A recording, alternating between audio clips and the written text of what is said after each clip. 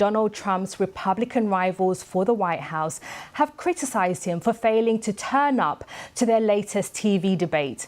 7 candidates battled it out at the party's second presidential debate in California, but Trump chose not to attend. According to polls, the former president maintains a dominant lead over the rest of the field by a margin of more than 40 points.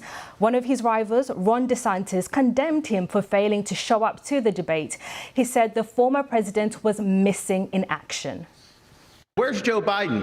He's completely missing in action from leadership. And you know who else is missing in action? Donald Trump is missing in action. He should be on this stage tonight. He owes it to you to defend his record where they added $7.8 trillion to the debt. That set the stage for the inflation that we have now. Well, another contender, Chris Christie, mockingly referred to him as Donald Duck. Donald, I know you're watching. You can't help yourself. I know you're watching, okay? And you're not here tonight, not because of polls and not because of your indictments. You're not here tonight because you're afraid of being on the stage and defending your record. You're ducking these things. And let me tell you what's going to happen. You keep doing that, no one up here is going to call you Donald Trump anymore. We're going to call you Donald Duck. Well, let's go live now to Julie Norman, co-director of the Centre on US Politics at University College London. Julie, thank you so much for joining us. Who would you say were the winners or losers of the debate this time around? Sure. Well, as we've heard, without Trump on the stage, this is really a battle for second place. So some of the candidates last night certainly held their own. I think Nikki Haley, Tim Scott. But in reality, as was noted, Trump is very much the front runner in this race. And if anything, I think last night we saw a bit of desperation, a sort of brawl kind of atmosphere as all of these candidates really tried to maintain their relevance. As again, it's a pretty wide field still. They are splitting the non-Trump vote. And it's been very hard for any of them to really get traction, even get out of the single digits. And how did they handle their perspectives, their views on the former president? Obviously, in the first debate, a lot of the candidates were hesitant to criticize him too harshly. How did they handle their views on Donald Trump last night?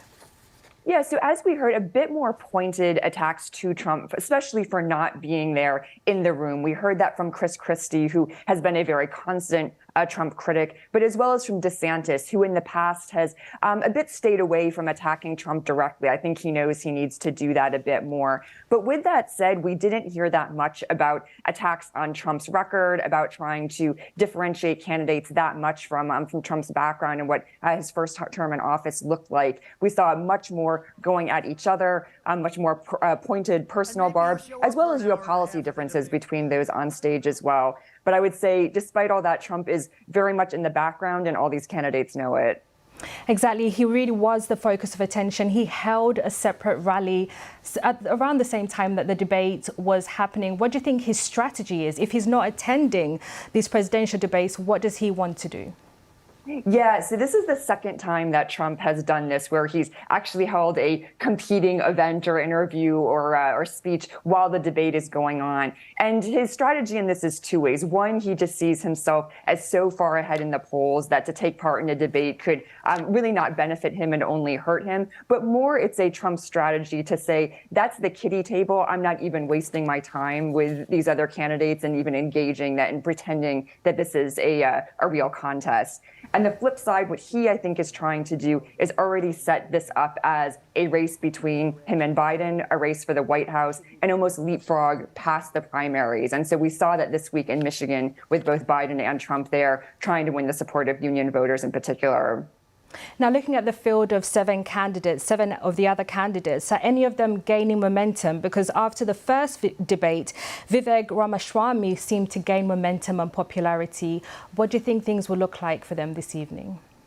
Yeah, it's really difficult for this current crowd to get much of a boost. So we did see some strong performances in the last debate, especially as you noted, Ramaswamy, I think, came into the spotlight. But even with that, he didn't get a massive bump in the polls. He has struggled to get out of the single digits. And we've seen that with the other candidates as well, who have performed well, have in some ways managed to keep donors on board. But in terms of actually turning voters, actually changing the tides of the polls, right now Trump's grip has just been very very strong. And so I don't expect we'll see that much more movement after this debate in particular, which probably did not get even as much viewership as the first. And again, the more brawl type atmosphere, I think many viewers who were maybe looking for a bit more substance probably wouldn't change their minds.